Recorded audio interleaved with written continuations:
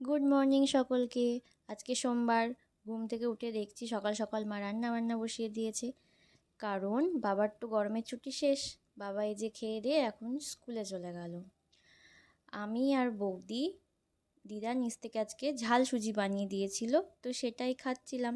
মা তো এসব খাবে না, কারণ মায়ের আজকে একাদশী।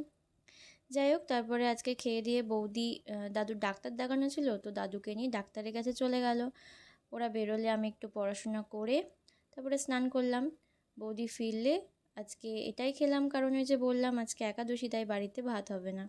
যাই হোক, বিকালবেলায় রোদটা কমলে আর কি ছাদে গিয়ে একটু গাছগুলোতে জল দিলাম, কারণ গাছগুলো একদম শুকিয়ে যায়। মাও চলে গেছিলো আমাদের সাথে ছাদে, একটু সবাই মিলে থাকলাম। তারপরে নিচে এসে চা বসিয়েছি, চা খেয়ে এখন একটু বেরোচ্ছি, কারণ বৌদি একটু সোনার দোকানে যাবে, ওর একটু দরকার ছিল। তাই গিয়ে ওখান থেকে আসার সময় আবার আমার একটু দরকার ছিল, দোকানে গেলাম। ওই আর কি একটু ক্লিপ টিপ কেনার ছিল, ওগুলো কিনে বাড়ি বাড়ি এসে ডিনার করলাম। এভাবে আজকে সারাদিনটা আর কি বাড়িতেই কেটে গেল।